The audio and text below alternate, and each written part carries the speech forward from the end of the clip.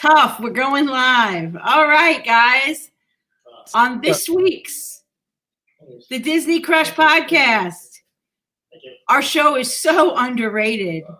Tonight's show is underrated things at Walt Disney World as per our listeners. We are live.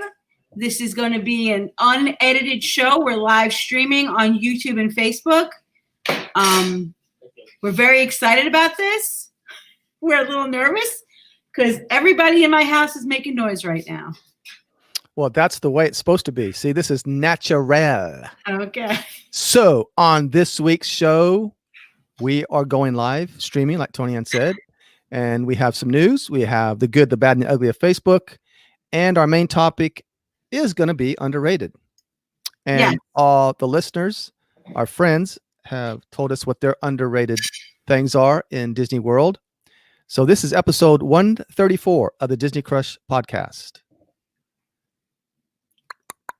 And this is where I would normally just bring in some music maybe, or sometimes I do it before. And if I decide to edit this, we'll see what happens. You'll see if some music goes in there. If not, it's just going to be the raw show. So that's it. I think Karen's watching us. Well, speaking of Karen and Scott, they did something very, very, very, very nice and became our very most recent Patreons. Oh, thanks, guys. So that's very cool, you guys. We really do appreciate it. That's very, very, very nice. Thank you. Thank you. Hello, Suzanne. We're going live, and we're going to be doing the podcast kind of like we do it normally on Mondays. But I got to be careful, Tony, because I can't swear. If I do swear, I guess I can say that. Can you believe that? And we're going to try to be extra. We're going to be reading your comments so that it translates well to audio. Because people, if I answer right now, oh, that guy's at work, Kevin. They won't know what I'm talking about. But Kevin just put up a comment that he's working again. So there we go. He's always working. He's always working. Let's get this out of the way right now. Kevin Curtis Allen, Kevin Curtis Allen, Kevin Curtis Allen. Thank you very much. Hopefully this will go well. Yes. So we only had really one news story, and I'll read it to you.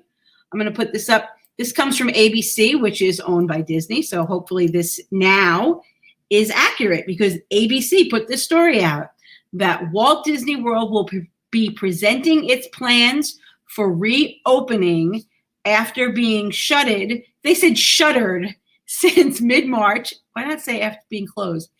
Because of the new coronavirus.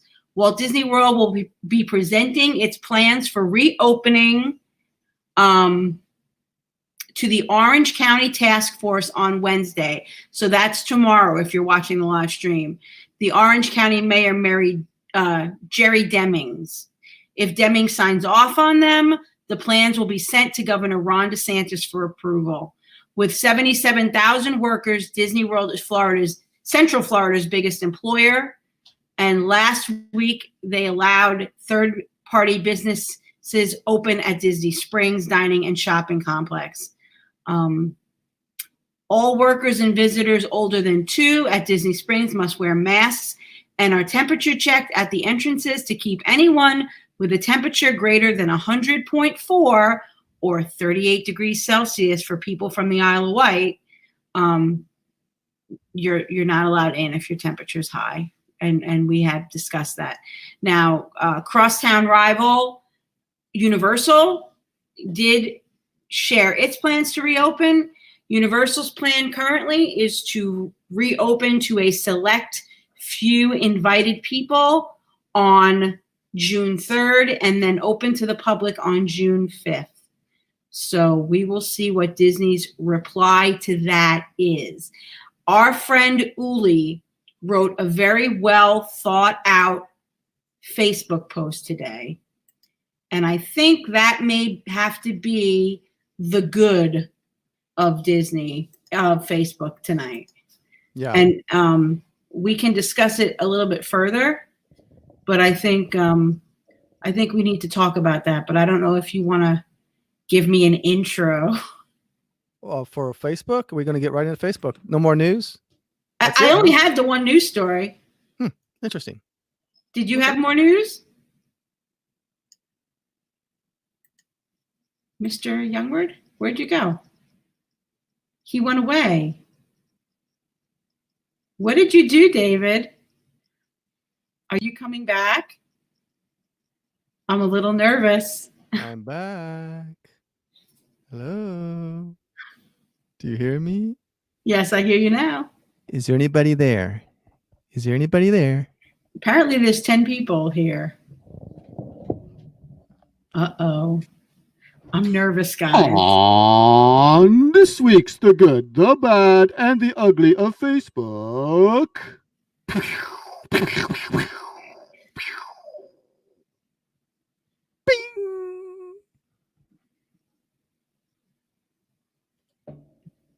That was especially funny tonight. So the bad of Facebook. Can we talk about the bad of Facebook first before we get into Uli's post? Absolutely. This chick right here. That's the bad of Facebook. I covered her face. I covered everybody's face in that picture, but I did not cover her mask.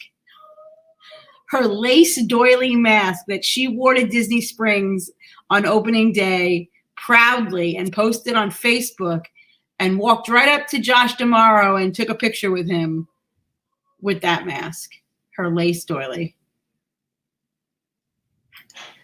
Hey doesn't approve. He thinks it's silly too. Is that her name? Chick? Is that her name? Well, I don't know what her name is, but Chick. she had posted those pictures on several pass holder groups and then got slammed, and then she took them down, but they were already on Twitter and everywhere. So it got away from her, but I am covering her face now. But she wasn't covering her face when she posted them, so. Absolutely, she was not. So Nope. She took a picture with the president of Disney Parks, the chairman of the parks. So that's, Yep. Mm-hmm. Yep. Well, Chick didn't care, did she? Oh gosh. Hey Nicole. Nicole says hello there. That chick, ugh. Straight from Nicole. Yeah, I'm back. Jeff, back. All right, so let's see what the good of Facebook was. This is our friend Uli's impression of what's going to happen with Disney opening. Now, this is all speculation, and I guess we'll find out what really happens tomorrow. Yeah. But for some reason, my computer is not agreeing with me. So Well, while you're doing that, I'm switching over to my phone. Going back to Universal. Universal is going to have disposable masks for people. Really? Yes. So I don't know if Disney's going to follow suit with that or not. But you know, they're going to be doing the soft opening from the 1st to the 5th, and they're going to space parking. So they're going to be a space in between each, between cars. So they're doing some social distancing with cars too. Wow. Now this is a very long post, so maybe we'll break this down from Uli. Hey Scott, Dave just said hello. Scott and Karen. Uli was talking to her best friend, who's a cast member, yesterday. And of course, their conversations always turn to Disney. She was saying how she was so surprised that Disney hasn't announced the opening plan because they're always neck and neck with Universal. And then we got on to talking about why they aren't ready. I honestly feel like this might be a bigger undertaking for them than when Magic Kingdom opened in 1971. Instead of opening one park, 2 resorts, and a campground, there are 4 parks, 2 water parks, and 28 resorts. All of them have at least one restaurant and store to purchase food in as well. None of these restaurants or stores have any food. So there might be a Mickey cookie tossing around, but none of them have any perishable food and nothing to prepare. Getting it will be no easy task. She's comparing the fact that she orders supplies for her t-shirt company, and if she places the order before 3, she has it the next day. That's not how shipping is working anymore. Now it takes at least a week for the stuff she orders to come in. So on Disney scale, there's going to be vendor issues. There's going to be issues getting the stuff in. She's said she heard you and I talk about the menu changes at Disney Springs last week. And she says the fresh fish wasn't removed from the menu because it's unavailable. It was removed because you don't buy fresh fish when you can't count on how many people are actually going to show up. So she said she had friends at Disney Springs on Saturday, and it was a ghost town. So if they don't know how many people are coming, it's going to be hard to order all this food. Another reason that Disney isn't ready to open is that 50% of their employees are college program members. 50%. Universal also has a college program, but it's not as large, and they don't rely on it the way Disney does. So as you probably know, Disney sent all of their college program participants home, and with no colleges in session, there's no new pool of college students to draw from. Even if they conducted interviews now, it's normally months in advance of the start date. So they'd have to interview all these people and then give them time to get their affairs in order. On a side note, Universal continued to pay all of their hourly employees through the whole shutdown. Disney did this for a period of time, but eventually furloughed them. So that's an issue too. Universal's employees pretty much had to come back because they were being paid, so they didn't really have a choice. So they had to stay available. Some of Disney's employees may not be available. They may have had to get other jobs for the interim. So there was speculation since the beginning of the shutdown that Disney would not open Epcot right away and would finish some of the construction projects that they have going on. That speculation was reinforced when they sent home all the cultural representatives from the different countries and ended the contracts with their entertainers in the countries. That's interesting. Mm-hmm. Yeah. And there was a story today about how the closure of the parks leaves Spaceship Earth in question, because Spaceship Earth was supposed to go under renovation starting today. So is it going to reopen when the parks reopen? Nobody knows. So yeah, it's a thought. I've heard some things about that, so they might just keep it closed. And if they do anything, some other people said that they're going to be in phases, probably one park at a time. I mean, we really don't know what's going to happen, but it's going to be. I think it's going to be a slow opening, a very, very slow opening. Right. So they're going to take baby steps, and then right. Well, Uli has one more point, and that's capacity. She said everyone's talking about capacity these days, whether it's Disney, your local grocery store, or restaurants getting ready to open. Diehard Disney fans know that Magic Kingdom's capacity is 100,000 guests. And we also know they rarely hit that number, maybe Christmas and 4th of July. So there was talks if the numbers would be based on an average guest count or full capacity, because they rarely actually get to full capacity. However, with the limited staff, limited menu options, and all the new restrictions, they have to accommodate the union, and they may be forced to use a smaller number than they had hoped. And they're not just talking about opening Magic Kingdom. There are at least 2 other parks that will likely open, Animal Kingdom and Hollywood Studios, bringing in another 60,000 and another 75,000 guests, respectively. A capacity of 25%, now she's thinking total of these 3 parks, would still be 176,000 people spread out amongst 3 parks, which would be about 60,000 people per park. And Uli, I guess she has some inside baseball knowledge. She was able to find out that some of these average numbers, 60,000 people in a park is still a pretty crowded park. So yeah. So then Yeah, so if you cut that in half, 30,000 people in a park, they're still going to need the cast members to let them through the gate, to sell them food and everything else. And if Disney doesn't have enough cast members to fill in the gaps at the parks, it's going to be a problem. That's going to lead to lower ride capacity. They probably won't have all the cars running.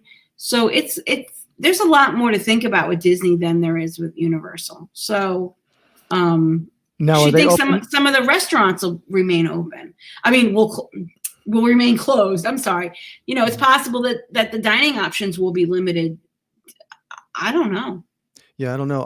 Is the college program? I've heard rumors starting. It's going to start back in August. Is that true? They calling them back? I don't know. Yeah, I think this is going to be a long, drawn out process. I mean, look at Disney Springs still. So Right. yeah, this isn't going to happen overnight. Now there's also rumors, and Jeff Apoka was talking about it last week. My husband was talking about it the other day, and I was talking with Mandy about it. There's rumors that the NBA might be doing their season at ESPN, at not ESPN Club, Wide World of Sports. That the NBA may do their season here in Orlando at Wide World of Sports without spectators, but they may play, and then they have to think about where they're going to house all the ancillary staff that goes with that. People were daydreaming about where they're going to put the players, and Mandy and I both said the players probably are going to have their own housing. They're probably going to be in, set up in nice homes. They don't have to stay in a room at Pop Century. But some of the ancillary staff, the officiants, the trainers, stuff like that, there's a rumor that they may be put up at Coronado Springs, because people who are staying at Coronado Springs, or people who are trying to find availability at Coronado Springs, have found that they can't find any availability when we're talking into July and August. Yeah. At Coronado. So they're thinking that maybe where the NBA sets up their staff. I don't think you're going to have, big time players staying at Coronado, but there are some upper level suites there. And then you have all the suites all over property, but more than likely they might set them up in housing, like Golden Oak, the Four Seasons, some of them, if not, they'll just buy themselves a house over there while this is all going on. Right. Windermere, like Tiger Woods, back when he was with his wife, they lived in Windermere. I don't know if he still does. So that's more likely that they'll get, if they bring their families with them. Yeah. Sure. But Joe, the ball guy, he might stay at Coronado. No, he's staying at Baymont with me. Okay. They do have a good free breakfast, though. So, yeah. Yeah. Nicole. Okay. So Nicole said that she's heard rumors the college program is starting up in August, and that people have been accepted into it. Okay, good. Let me go back to Steve. Steve's said, if Disney didn't make a gazillion masks with all the character gallery representation ready to sell at maybe $10 for the reopen, well, they didn't listen to Hanover. It's a no-brainer moneymaker. I think Hanover would say 15. Well, or 20. Yeah, who knows? It's a moneymaker, like you said. They won't be disposable. They'll be have Mickeys all over them, and you can take them with you and use them again. They'll be reusable for sure. Any other comments? No, but right there where I messed up that word, see, that's where I would edit right there. I would edit that out. No, one of them. I don't know. Probably all of them. Or I might just edit my whole self out right there. See? Okay, cool. I'm all right with that. I know you are. So did you have any other news or Facebook that we wanted to do? No, I did not have anything other news besides Universal, and SeaWorld is also going to be doing the same thing that did you talk about that? Yeah, I think SeaWorld's doing their plans tomorrow too. Yeah, they're doing the same thing as Universal. No, Disney. I'm sorry, Disney World. Disney I World. think SeaWorld also will be a little easier to reopen than Disney. Mm-hmm. Because it's on a smaller scale than Disney. Now, has Busch Gardens in Tampa? Have you heard anything? I mean, we live in the Tampa market. Yeah, I haven't heard anything about Busch Gardens at this point. So, Okay. but then again, I really haven't searched it out. So. No, we don't. I haven't been to Busch Gardens in years. So. Yeah, we go. We have annual passes. We do every now and then, but especially Olivia, she goes over there all the time. Mm-hmm. But no, I haven't heard. So. Okay. Right. So that's it for the news. That's it for I think so. The good, the bad, and the ugly of Facebook. I think so. I've been a good boy this week, and I haven't done anything to upset anybody or make you haven't gotten mad banned or anything, no? That I know of. Oh, there's that chick again. You just put the chick up again. I like her. She's my new best friend. No. All right. So I did get some replies from people who did overrated. Yeah, they submitted their overrateds a little late. I don't know if you wanted to add those in now or if you just want to. Yeah, we could talk about that. Why not? All right. Well, no, we did that one. We did Amanda. Amy Beckner's most overrated thing is Mission Space. She thought Hollywood Studios was overrated, but that was before Star Wars Land was open and there was a lot of construction. And we've already heard this from her. She did share this on the Geek and a WDW podcast. She does not like the churros at Walt Disney World. So, and the Flights of Wonder. So, Flights of Wonder isn't Flights of Wonder anymore. Now it's the Upbird show, which is even worse, if you can believe it. So, hey, come on, it's not that bad. I liked Flights of Wonder, actually. I do not like the Up show. Yeah. So it's a little corny. All right. So, and Mr. Glenn Kessler. I don't know if we have time. He'll do the whole show with his. He did a Uli. He did a really long thing, but he felt like the most overrated things were Space Mountain, because Hyperspace Mountain in Paris is outstanding. So I guess when you've been to Paris, everything else pales in comparison. And restaurants, Be Our Guest, which a lot of people said last week. She thinks the Pongu, the lumpia was a droopy, wet, not sweet enough cannoli. And the shows, he thought Beauty and the Beast sing along in France. I don't think that's overrated. I think that's pretty universally not liked. But yeah, but he thinks it's a ridiculous premise that LeFou doesn't know how to spell Gaston's name. That he was the mastermind pulling the strings to get Belle and Beast together. And how dare they sully Mrs. Potts' reputation by having her present this claim to us. He also thinks that crowd calendars are overrated. He says once you've been there and are more familiar with the parks, you should just, go with your own touring plan. So that was his overrated. I think that's pretty much everyone. Oh, except for Brenda. Brenda had some. Her overrateds were California Grill, Seven Dwarfs Mine Train. Why do people stand in line forever for this? That was it. So, and Scott, Dave's, and Karen's. No, just Scott, not Karen's. He didn't give me his. He knew he was late, so he only gave me his underrateds. So we're good. We're all caught up. We're all caught up now. Yeah, we kind of did it last minute, so yeah. We did get some the next day, but right. Those are them. So now it's on to the underrated. All right, so let's start with this is Mrs. Beckner. Her underrated ride is, wait for it. I hope I can find it. Wait for it. Winnie the Pooh. She says it's underrated. I'll tell you why she says it's underrated. It's just so sweet. She remembers riding Mr. Toad's Wild Ride as a kid and was hilarious. She wishes it was still there. So she likes what was there before better, but Okay.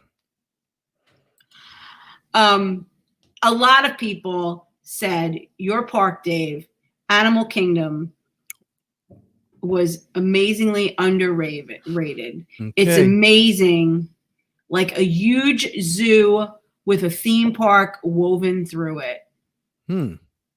See, I don't even look at it like a zoo, really, because No. you know to me it's I don't know, but okay. A lot of people felt that Animal Kingdom was underrated. I believe.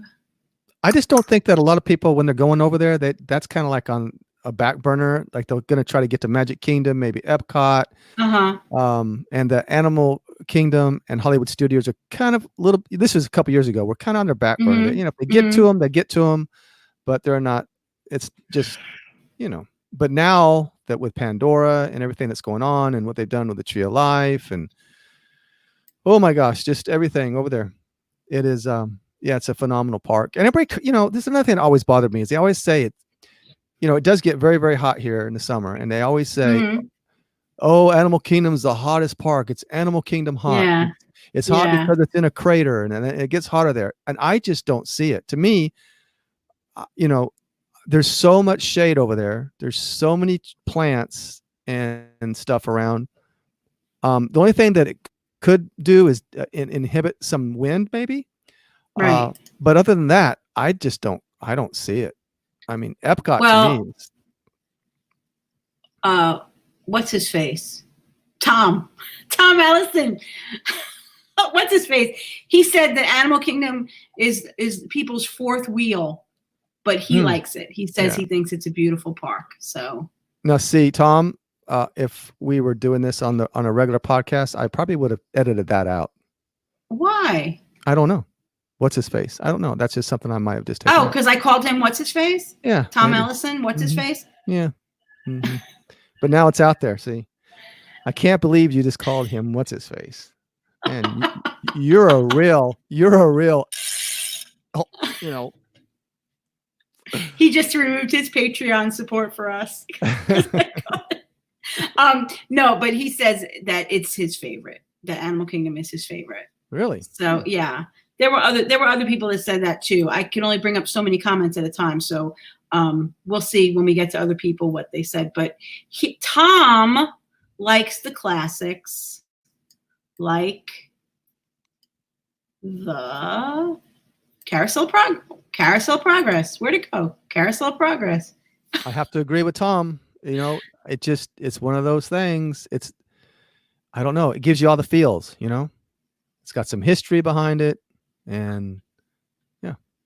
I think Tom left a comment. He wants to ban me from the Disney Crush, from the friends of the Disney Crush. I'm no friend of the Disney Crush, I guess, because I called him what's his face. Well, see, I told you that's what happens. I can't edit, so gotta be careful. Tom has been around a long time. I think he might have the power to ban you. Yeah. And Karen Dave said that we've heard nothing from Busch Gardens yet. So, whoops. I'm sorry, I jumped around your comments. No, Dave wants me to stay out of his comments. Nope, you go right ahead. A lot of people had love, and my friend Uli and Glenn Kessler both had love for the Finding Nemo show, which don't say it. I know you're gonna say it. Go ahead, Tony. Because this is why Glenn likes it so much. The actors aren't just acting; they're singing and dancing and articulating puppets throughout the entire show. You could look at the puppet or the actor's expression, and they're completely in line with one another. And the music is so great. And he has a couple of the songs in his personal rotation. Now, I gotta admit to you, when Finding Nemo musical first came out, I went out and bought the soundtrack. I used to play it in the car all the time. So for me to say that I find it tiresome. Like I think it's too long. It's only after years of going to see it, like a lot. So I think when you're first going to Disney, you definitely need to see it. And I definitely took my grandkids to see it. It's an incredible show, but I go so often I don't feel like I want to go every time I go into Animal Kingdom. Does that make sense? Well, I guess, but you'd want to go in Lion King every time. Festival Lion King. I don't go to Festival Lion King every time. No, I don't. No. Okay. No, I like Nemo. I think Nemo's a great show myself. So. He said that he likes the who? What's his face? Glenn Kessler, because I'm trying to work off this long email so I could close it. He likes Astro Orbiter. It is his family tradition to ride this as their final ride of their Magic Kingdom day. At night, it's exhilarating to be so high up above all the neon of Tomorrowland with the brisk night air whipping you by. A thrill seeker's alternative to the people mover for views of the land on high. He's quite a poet. Mm-hmm. He is. He's very articulate. Yes, that too. Mm-hmm. Amy Beckner posted a post on the Friends of the Disney Crush about things. What is it? Things you've never done at Walt Disney World? Yeah. Is that what it was? Yeah. And I think we're probably going to turn that into a podcast because it was so great, Amy. Thank you so much for that. So yeah, if you want to, maybe we'll try to bump that thread so people can comment to it. It's like I never Walt Disney World, like, you know, when you were a teenager, if you ever played the game, I never. Mm-hmm. And the only reason I thought about that was because of the Astro Orbiter. See, this is where I'd have to edit this part out. See? And because this is what happens when we do a podcast, stuff like that. There were screws. Good thing you didn't do a whole shot. Tony Ann is now doing shot of screws. We gotta watch out for her, folks. I can't believe I just did that. What'd you think it was? A shot of margarita in there or something? It was empty. I thought it was empty. I was doing a shot. You gotta do something with those props. Apparently there were screws in it. Next question is, why is there a shot glass right in arm's reach of me?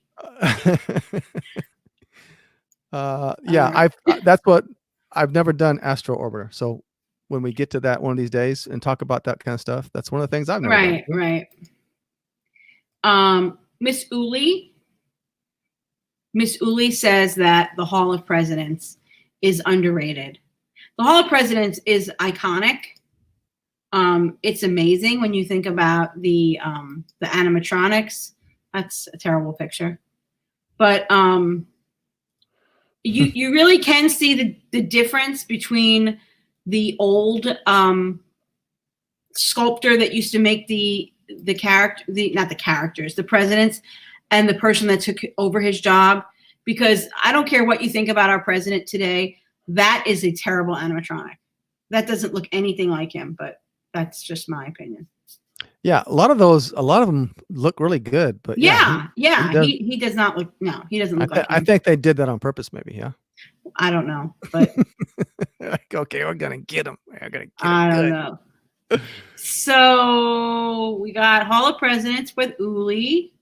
Mr. Kessler, we're still talking about Mr. Kessler. He loves Trails End at Fort Wilderness. So Scott wants to know where'd the rum go. I just had screws, no rum, just screws. Oh, I don't know. This is Smirnoff. Not very much. It all got left at Bonnet Creek. Teresa agrees about Hall of President. Oh, about the animatronic. Okay, so my sister Teresa's watching. I wish I had a picture of her wax figure of the president. My sister Teresa, the general manager of Madame Tussauds Wax Museum in Washington, and their wax figure of the president looks like the president. So I don't know, but I don't have a copy of it. Hi, Glenn. We know what you were doing. We saw earlier on Facebook where you were. And we've only been talking about you for about the last 30 minutes, so you missed that. We just read your email with We said you were articulate, but you're also late, so you're Yeah. not prompt. So, ladies and gentlemen, this is Glenn Kessler.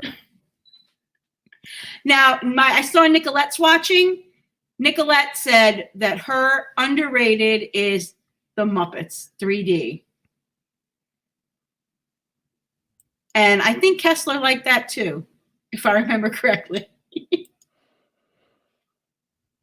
So the thing about the Muppets Vision 3D that always gets me at the end, Sweetums, there's somebody dressed as Sweetums who comes into the hall, into the theater, and then there's Sweetums is on the screen. If you look when the bomb goes through the wall, he's on the screen and he's in the theater at the same time.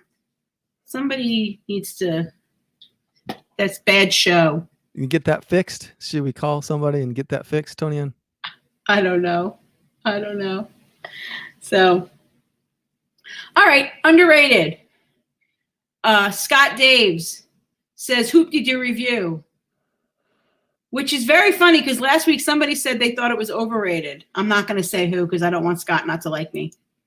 But he felt Hoop-de-Doo review is underrated. I think it's pretty well received by most people. Yeah. I like Hoop-de-Doo. So yeah. The food, not so much, but yeah.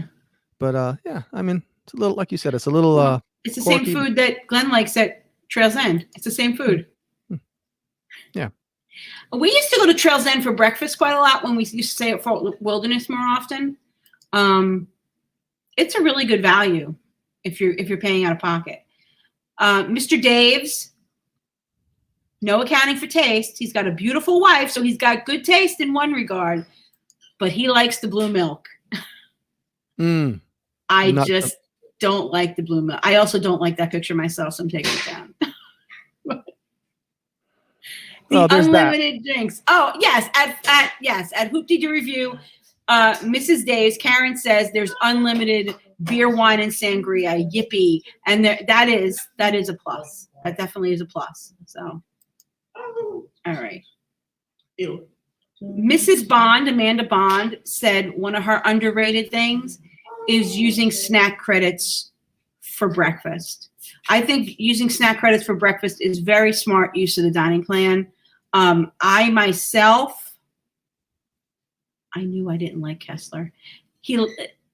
We have to say what we're putting up there. Glenn Kessler says he likes the blue and the green milk, and Karen Dave says she loves the blue milk too. So maybe I'm wrong. I didn't think that the blue milk would be something people would go back for, but apparently I'm wrong. There are people that, and they have great taste because they listen to the Disney Crush. So, and I bet you they never took a shot of screws. So we're so overrated. That's for sure. So Mrs. Bond, Amanda, she said using snack credits on the Disney dining plan to use for breakfast, and it is a great idea. When I was on the dining plan, that's a terrible picture. I went to the bakery in France. I was staying at the boardwalk. I took the lovely walk in the morning, got a couple of snack credits. Both of these, that's a ham and cheese croissant, and that's a quiche, and they were both snack credits, and they made for a great breakfast for me and Rich. So Michael's being very noisy. Well, I hope they tasted better than that picture, because that was. You don't like that picture? It was really good. She had just reheated it, so that's why it's like the cheese is melted on top. What's in the middle? What's right? Oh, okay, that's okay. Yeah, it's just a piece of cheese on top. That's a quiche. Yeah. Okay. Well, I also carried it back to the board. My husband was like asleep in bed. I let him sleep because we'd been up late the night before. Oh, so I got up and walked to Epcot and went in the back and went and then carried it back to the boardwalk. The quiche looks like you might have dropped it on the floor and then picked it back up and put it on the plate. No, I didn't. No? Okay. No. So Alyssa Mela said underrated the land. Now, I didn't know she meant the pavilion itself in Epcot or the Living with the Land ride or both. So she said the land. That's the land. But if she meant living with the land, I get it. The land. Nicole says there are some huge snack credits to eat to start your day. There are. Some of the resorts, I know that at Port Orleans French Quarter, you can get biscuits and gravy as a snack credit. And that's a breakfast. You get a bagel. You can, so. Did I tell you the funny story about my grandmother living with the land? Did I ever tell you this story? No, but I have a feeling you're going to tell us right now. She was 99 when she died. I don't remember how old she was when we went to Epcot with her. And we went through the Living with the Land ride, and all the plants are, we go into the greenhouse part, and there's the hydroponic eggplants growing, these big eggplants. And my grandmother, oh, my eggplants! And that just became something that was grown into our family's vernacular then. We started to say, oh, my eggplants! I don't know. I guess it's just funny to us. Okay. Well, Steve says that my quiche looks like an old pot pie that got run over by an electric scooter. See, I was right. It did look a little funky. Well, Steve would know about getting run over by electric scooters. So, oh, Teresa, my sister said she was just thinking about my grandmother on that ride. Yep. My eggplants. Glenn says yes to the whole land pavilion. There's 2 rides, 1 show, a table service, a quick service, indoors. The best Epcot pavilion by far. It is. It's really good. Teresa, my eggplant. Scott, I believe it was Scott, said also at Epcot, the flavored popcorn is underrated. I don't know that I ever really had the flavored popcorn. Yeah, I don't believe I have either. But I know they have different flavors they switch out. I've seen this is like cheese, and that's buffalo blue cheese and rainbow. I know I've seen sour cream and onion. I know over in Canada you can get a maple popcorn, and it's my understanding that if you have the refillable popcorn buckets, they're still $1.50 to fill, even with those flavored popcorns. Amy Beckner is late to the show. We already talked about you, Amy. Yeah, we just talked about you. So if you want to go ahead and leave, you can go ahead and leave, Amy. That seems to be going around. We talk about people and then they show up. I'm not a big popcorn guy, So that was my picture for Amy. But if you put something on it, Well, that buffalo blue cheese, you like spicy. So that's what I mean. A regular popcorn I can do without it. I really don't even care. When I go to movies and stuff, I don't ever get it. But put a little something on it, caramel or a lot of spices. I could do that. Brenda Futrell says that filler magic is underrated, and Michael is roaring. Filler magic is where we pen the phrase filler, F-I-L-L-E-R, filler magic. It's what we do to fill time. It's things that we do to fill time between our fast passes, between our return times. Filler magic is where we got that from. That's what Dominic started calling it, because that is the kind of thing we would go do to fill that time. We'd go ride something with a 5-minute wait. We'd go see Filler Magic or the Muppets 3D. So Filler Magic, or we'd ride the People Mover. It's Filler Magic. Things that you get on quick, you get in, you don't have to wait long, and it fills the time between your next fast pass or dining reservation or whatever you might be waiting around to do. Well, Mr. What's-His-Face says that he likes popcorn, a bench on Main Street, and that equals heaven for him. So that's maybe his filler magic. I was listening to the Geekin' on WDW podcast today, and they were talking about what the 3 things they want to do when they get back to the parks. What are the 3 things you have to do? And for me, it's just that. It's just being there. It's just sitting, taking it all in, the sounds, the smells, the people, the music. That is heaven. You're right, Tom. I have to agree with what's-his-face. A lot of people said the People Mover was underrated. These pictures, I don't know why they're coming out blurry, but they weren't when I pulled them up. Because they're compressed. That's I love the People Mover. It's got some great views of the castle too. You get some Mhm. good pictures. And at night, a lot of times you only get a glimpse of it, but you can catch some of the fireworks too. So I'm just trying to find. What no, other you're not people said. dumb. You're not dumb, Amy. Amy says, "Am I dumb for liking PhilharMagic?" No, we love PhilharMagic, and that was what Brenda was saying. Brenda said, "It never gets any love. The 3D effects are amazing considering its age, and it is. I mean, the smells, the sounds, that is really good." Scott says Center Street is way underrated. I'm okay. He stumped me. What is Center Street? I don't know what that is, Scott. You've got me stumped. Christine Dunn Fowler, she loves people mover like me. Love it, love it, love it. I could just go on that thing. I wish it was around the whole park, That would be awesome. That would be so cool if they did it. Uli's here. Scott said that and I couldn't get a picture of it. I thought I had one, but I didn't. I guess it didn't pull over. The top floor at the Columbia Harbor House. I don't know that it's underrated. It's a little. I think people that know about it, that's a great thing. I think a lot of people don't know about it, so it's kind of like a best kept secret. That's different than underrated. But yeah, the top floor at Columbia Harbor House can be quite lovely on a busy day because a lot of people don't know about it. See, what's his face knows where it's at.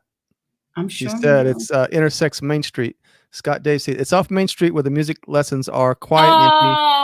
Okay. So that little offshoot where the little tables are and the guy that does the silhouettes. Okay, I didn't realize that was called Center Street. See, I can still learn things, Dave. See, you can always learn something new. Even the sensei doesn't know everything. See there? Should we take her? Should we ban her from the podcast? Take my badge away.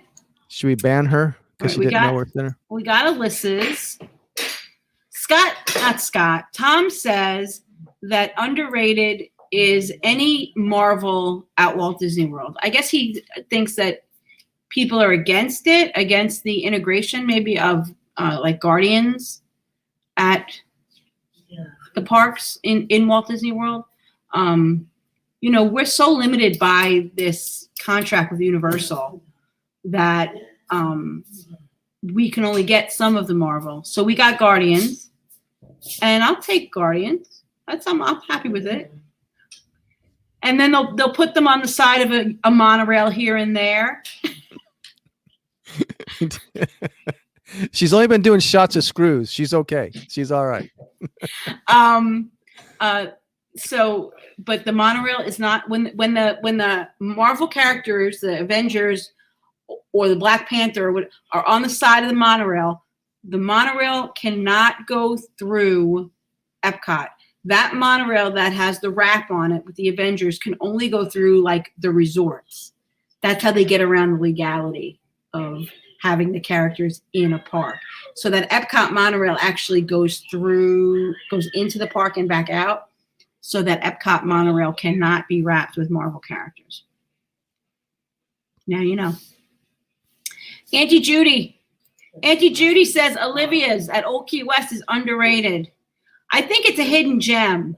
I think Olivia's is a hidden gem, and I think the Turf Club at Saratoga Springs is a hidden gem.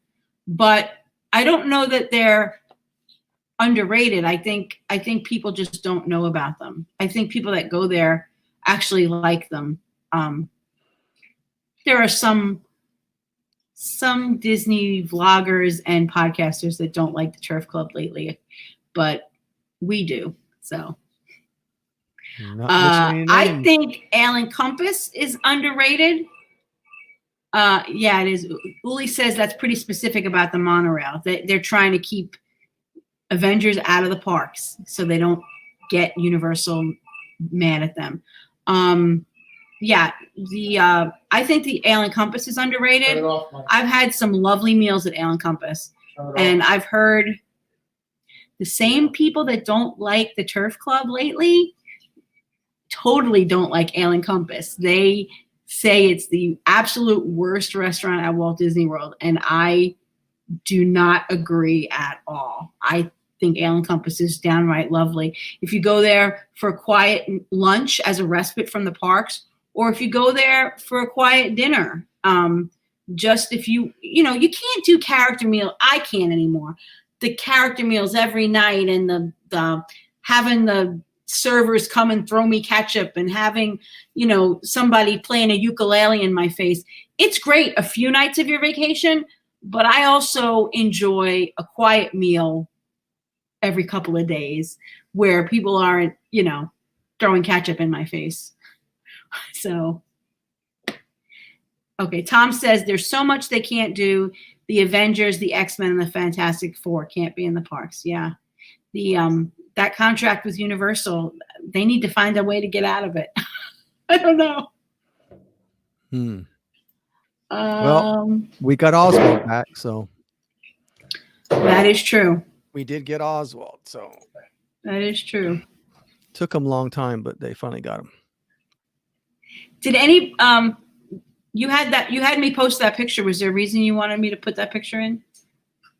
Well, that's just when I was talking about what we go through when we podcast on Monday nights. This is what we're kind of doing right now is what we do on Monday nights, excluding all the editing I do. But this is how you feel when you finish your recording, because it takes us about an hour and a half when we're done recording. And the bottom picture is what I feel like when I come home from work and I have to edit the podcast. That's what I feel like. Mm-hmm. And like if I had done a shot of Scrooge, you would have cut it out of the show. But now it's part of the lore of the Disney Crush. Yes. I may have cut that out. I may have. Yes. Brenda Futrell said that Le Cellier is now overrated. She thinks it's lovely.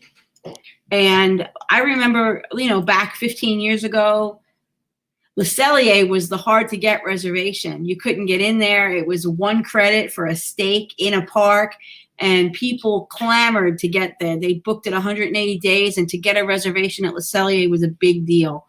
Now they made it a 2-credit restaurant, and there are routinely same-day reservations available on My Disney Experience. So she says that's a shame that it's really underrated. So maybe we'll have to go back to Le Cellier. I did save Mr. Apolka's pictures because he's always got the nicest pictures. He does take some really good pictures. He takes the most amazing pictures. Boat rights. He says boat rights at Port Orleans Riverside is extremely underrated. He's never had a bad meal there. He can't say enough good things about it. And really, it's another place that is like universally panned by a lot of podcasters. So he said that picture of the food, where did I put that picture of the food? That is Nashville hot chicken. And then he put a picture of the bread pudding. Look at that picture. That's a professional picture. Mm-hmm. Mr. Polka. But that Nashville hot chicken looked pretty good too. So yeah, that corn on the cob looked good. Yeah. The guys are still going back and forth about the Scott Day says trade Marvel at Walt Disney World for Universal not having to replace the Simpsons ride. Okay. I don't think they're gonna go for that, Scott, but I wish they would. And a few people, I know that I want to say Angie Corbett, and there was other people too. I think Brenda as well feels that Rivers of Light is very underrated. I did Rivers of Light and felt it was a one and done, but it was beautiful. So Brenda and Angie Corbett both really like it. So maybe we'll have to give it a second try. So there's a lot of questions here about boat rights now, Jeff. Boat rights is at Port Orleans Riverside, Amy. And what was Jeff's comment about boat rights? if you're talking about boat rights, Alyssa, Mr. Jeff Apoka says it is worth it. And it's probably another one of those places that isn't overcrowded. It's probably like I was saying about Ale and Compass, that it's not going to be, nobody's going to throw straws at you or anything. Yes, Jeff. Glenn, Jeff says boat rights is great. And what you're saying about that other podcaster who doesn't like boat rights, he's also the one that doesn't like Ale and Compass or Turf Club. So I don't know. Some of these places aren't flashy, and sometimes that's the kind of meal that you need after being bombarded by Mickey Mouse and screaming children and people throwing ketchup in your face and ukuleles. And Yeehaw Bob is underrated at Port Orleans. So go eat at Riverside and then go over to River Roost and watch Yeehaw Bob. Rich and I did Yeehaw Bob on a date night, and it was a lot of fun. I apologize. Michael is very screechy tonight. Rivers of Light. Yeah, it is beautiful. It is. I didn't like the seating. Glenn is sharing that Yeehaw Bob does a live Facebook show every Sunday at 6 p.m. He does a 1-hour show. It's good to know. He's really fun. I'm not commenting, Amy. We have to be a little careful because you're listening. You know what I mean? Just saying. So anyway, that's all we had tonight. Jeff says Boat Rights is cozy and delicious. Now I got to make a trip to Boat Rights. Never been there. Thank you for those pictures. Those were awesome, Jeff. And that's how I felt about turf clubs, and I think that's what Judy is also saying about Olivia's.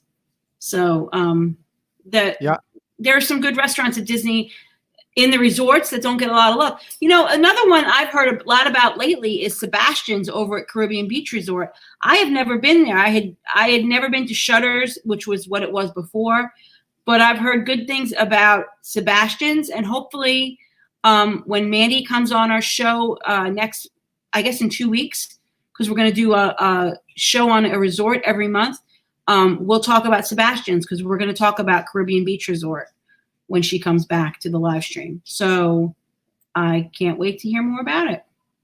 I think that was everybody. Let me double check. Dave, can you read that comment while I double check? Yeehaw Bob. This is from Glenn Kessler. He says, Yeehaw Bob even takes requests on his Facebook show. I've seen it, and it's pretty good. He performed a song for my son. Oh, cool. And mentioned him by name in the show, and it made his night. That's pretty cool. That is pretty cool. That is cool. And so Amy Beckner says, that's cool. So cool. And Tom loves it. Everybody's digging it. And Kevin Curtis Allen says Pete Warner hates that one too. So, I just said his name. See, that's why I would edit it out. That would have got cut out. But this is a live feed. We love Pete. Pete, we love you. You're great. We do. It's just, not everybody agrees with everybody. People can have their own opinions. I watch them every week. So, hey. Yeah. I watch them every week. No, he's doing something right. Uli says the cast members, they are so underpaid for the magic that is expected of them. The details, the little things that make Walt Disney World better than any other place on earth, and happily ever after, she feels is underrated. She says, how do they even do that? Okay, Uli, it's projectors and fireworks. That's how they do it. But I know what you're saying. It's amazing. It is. And Amy Beckner also said the Indiana Jones show is underrated. She wishes there was a way that they could update it or change it so you can at least see a different rotations of shows. I think that's all of our underrateds. If I missed anybody, Amanda Bond. Oh, Epcot for Families. We did a whole show about that, about Epcot for Families. Mandy Malinowski says Tony's Town Square is very underrated. Mandy likes to do the parade package. There's a package where you can get parade seating, and like not seating.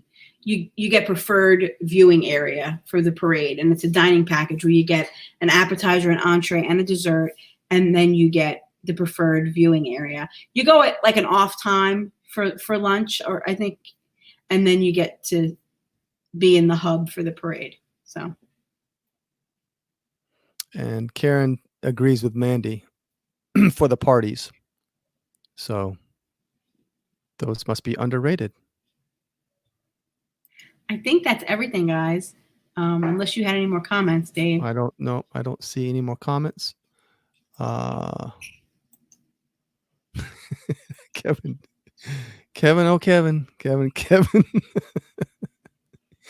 Yeah, he hates everything. He hates everything. He's like Mikey from the Life cereal. Danny says the parade package is awesome. You sit at the front of Main Street for the parade. And it's on the dining plan as well, isn't it? I don't get me wrong. I think it's on the dining plan. Mandy, I hope you comment to say that. Tony's is awesome for Mickey's Not So Scary Halloween Party and the Christmas party. They have a special package that you can buy to go into the restaurant during the parties. And they have, it's kind of like a cocktail hour. You go in, there's a big spread of food, there's drinks.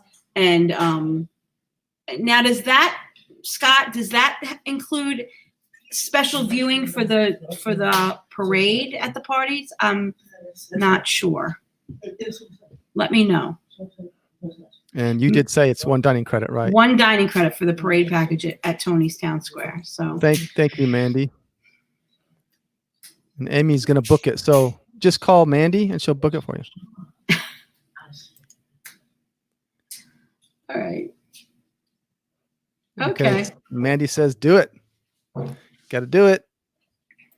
All right, guys. Was there anything? And Mandy says at the parties, the party at Tony's Town Square, if you go to the Christmas party or the Halloween party and buy the party at Town Square, it was Cruella at Halloween, and I think it was Tony. Wasn't it just Tony? Like, because we saw pictures of Ben, Equity Ben, dressed up like Tony at Christmas time. That it includes VIP parade viewing for the parties, which is really amazing because those parades at the parties is basically what you're paying for at those parties, is to see those amazing parades. Mm-hmm. So, yeah, I think everybody's agreeing. Scott says you sit right under the Christmas tree. That's awesome. It really is. You could be like a little present for everybody right there. Oh, God. All right, guys. Dave, anything else tonight? I think that's going to do it, Tony Ann. Okay. Underrated. And this is going to be our podcast. So if you listen tonight, you can listen back on Thursday morning, or you could say, I already listened to those people. I don't need to hear them again. And if I might just put this out raw and unedited.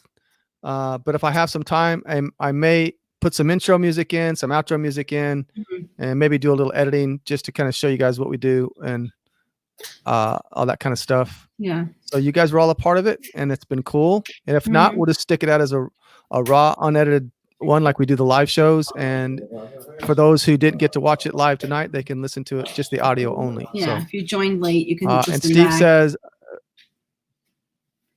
he bets any food laid out or buffets are going to be a thing of the past for now, because of the COVID. I agree with Steve. I think any buffet restaurants that were buffets are going to be behind glass with lunch ladies serving them to you. And Kessler is saying he wants to see us for Mouse Quiz on Friday. Mouse Quiz, is there one Wednesday night at 8? Tomorrow night at 8? And then, I don't know, are they doing one tomorrow night? But he said Friday night at 9, definitely. We are going to be there for Mouse Quiz. Join the Disney Crushers. We have to avenge our loss to the Geekin' on WDW team. So, good night, Amy. If you missed me taking a shot of screws, I feel sorry for you. Thanks, Scott. Good night. all right, you guys. See ya. Bye.